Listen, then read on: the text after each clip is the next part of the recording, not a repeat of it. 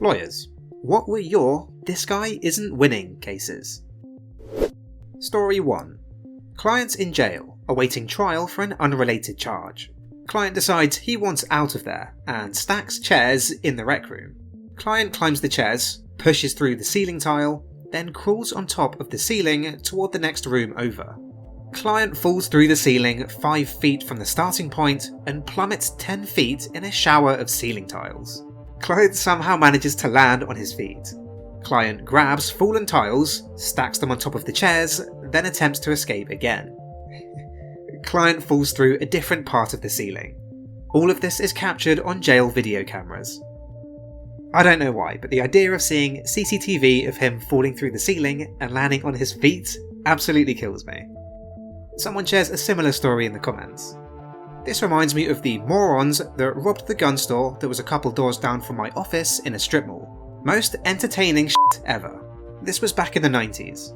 They broke in the back door of the salon to our right, 3 businesses away from the gun store. They went up into the ceiling, fell into our office, back up into the ceiling, fell into the travel agent's office, up into the ceiling again. They managed not to fall into the CD shop, but then they fell into the gun store and got trapped. I'd have killed to have a video of all their fails edited together, but the only one that had a camera was the gun store. I would still love to see that though. Of the 4, the last place I would want to rob is the gun store. Story 2. Client was on trial for murder, and OJ's case looked like a plot from Suits compared to this. Nobody has ever been worse at crime in the history of crime. We were appointed counsel, which means we're private employees who are sort of offered to be on standby when they run out of public defenders. We were his 5th. He'd fired the 4 prior because they kept telling him to just get started on the life sentence because this was already over. They were right. My client was on trial because he executed his girlfriend with a pair of gunshots. He did it because she'd secretly aborted a pregnancy that might have been his. He found out when he picked her up at the clinic. As they drove home, both of them live texted their hour of conversation, including all of the threats to kill her for this when they got home, which he did. My client's apartment building had recently upgraded to full-colour telescopic 4K security cameras. We think he didn't know the upgrade had closed the blind spots. It looked like film from the Super Bowl. My client was also the only 6'4" Hispanic man with bright red hair and a taste for rare designer sneakers that I and his victim had ever met. This makes it difficult to argue that it's not him while the prosecution plays his Gotham City highlight reel on a projector. My client not only shot her with his own gun, but he brought his phone with him while he drove out to the remote spot where it was found. My client also texted his friend to buy him the next one-way ticket to a different country, no questions asked. He made sure to give him his credit card to buy it though, because we can never leave our homies on the hook for that bill. Finally, my client had to hide his grin under his hand while the victim's family cried on the stand. The jury deliberated for 43 minutes. There must have been a lot of small talk for them to take 43 minutes to decide that he was guilty. Story 3. This was an order for protection case. The abuser shows up for court in a suit with sunglasses on. I don't have any proof for this, but he was a meth addict, so I'm pretty sure he was trying to hide the pinpoint pupils. The abuser decides he's going to exercise his right to hear what he's done and question the victim. The victim gets up on the stand and answers his questions honestly. One of the questions was, "Why are you working with the police to put me under surveillance via cameras in my light fixtures?"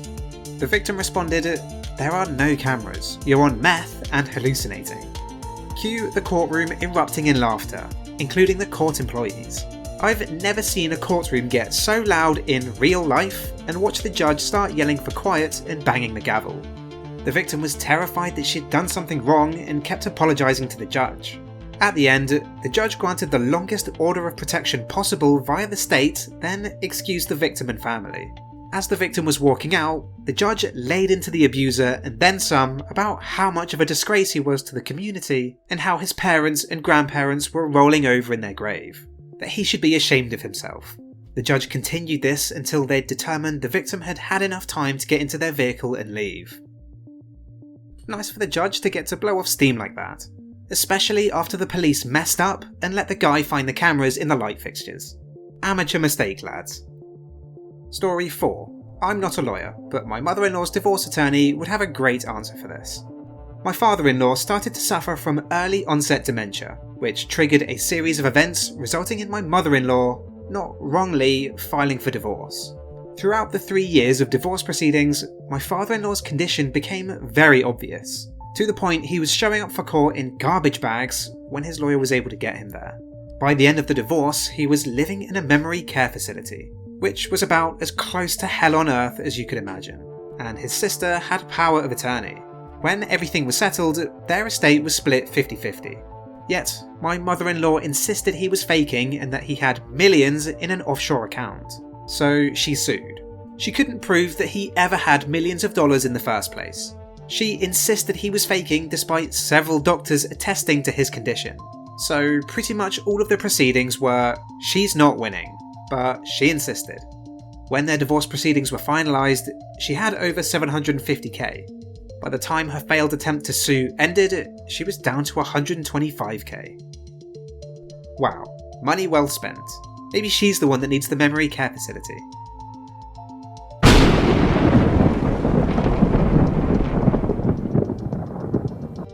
I had a client give me the poppy seed bagel claim to justify a positive drug test, and it wasn't for opiates.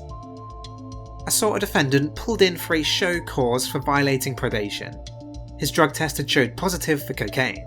He stood up and shouted that it was a false positive because he drank 2 litres of coke that day. His lawyer grabbed him to sit down with one hand while face-palming with the other. Potential client: I want to sue the Hilton for racial discrimination. They refused to let me use the pool because I'm black. You came down from your room and they told you no? No, I came in from the beach and they said no. Wait, were you staying there? No, but there were white people in the pool and a white guy said I couldn't use it. Another lawyer took the case, either didn't ask the right questions or didn't care.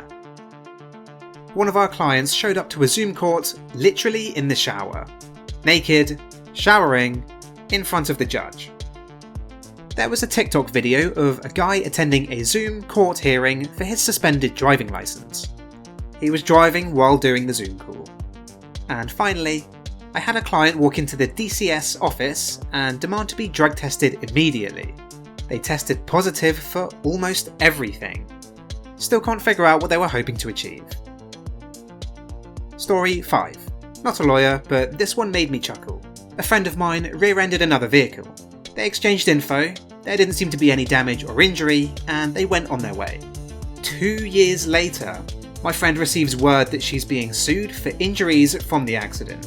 The other party had a sprained wrist and was suing for $25,000 for pain, suffering, loss of wages, etc. So my friend calls her insurance company and they say they'll take care of it. Long story short, insurance company offers her $5,000 for her to go away. She insisted her injuries deserve better compensation. They offer her $7,500, she still refuses. They offer her $12,500, she laughs and says, "See you in court." And they did about a year later. The case went before a jury. She won and was awarded $2,300, 1/3 of which had to go to the lawyer she hired. So, instead of taking $12,500, of which she would have gotten 100% of, she went to trial and ended up getting 66% of $2,300, so about $1,500, and had to wait a whole other year to actually get it. Yeah, that's a win. As hilarious as it is that she went to trial to get nearly 10% of what she was offered, I can't help but feel a bit disgusted that she ended up winning anything. Story 6. My squad was searching a stash house on a warrant. This was part of a takedown of a violent organisation, and there was a bunch of houses being searched at the same time. The house I was in was a known stash for guns and drugs, and during our investigation, one of our undercovers bought multiple guns which came out of this house. I was searching the kitchen in full kit, when someone opened the back door and popped their head in. I turned around. He looked at me, I looked at him, and then he slowly backed out and slammed the door shut. I ran to the door. opened it, and he was standing right there with his hands up. I sat him down on the patio steps and started to get his information while my sergeant ran him through the NCIC. The guy was cooperative, but wide-eyed and nervous as fuck. As I stood there, I began to look at his waistline. I could see a clear outline of a gun in his jacket pocket. My body cam footage showed what was almost textbook printing of the gun while I stood in front of him. He didn't fight, he just accepted getting cuffed and arrested. Possession of a handgun by a prohibited person. He went to booking, and after getting into jail, he made a phone call. Keep in mind that the phone system very clearly says all conversations are monitored and recorded. During this phone call, he told the other party that he had a satchel with $700 cash and coke that he tossed over the fence before I came out the back door. A couple of detectives went over there and found the bag. There was a big snowfall that morning. There were no footsteps anywhere near the bag, and the bag did not have any snow on top of it. Inside the bag was $700 cash, cocaine, and the guy's driver's license. The dude filed a motion to suppress. His position was that we had no right to detain him. He lost that motion pretty badly and pled out. Our state attorney cited something like 7 clearly established cases which showed that this position was comically wrong at best. At the end of the hearing, the judge told the guy that he was going to put him in an employment education program because he needed to find a new job because he was so terrible at being a drug dealer. Damn. If he didn't absolutely rat himself out in that phone call, that would have been pretty slick. Final story for today. I was in a 5-mile-per-hour car accident. Bumper to bumper traffic, rush hour, everyone just inching up every 39 seconds or so. The genius next to me pulled into my lane, his passenger rear tyre made contact with my driver's side front tyre.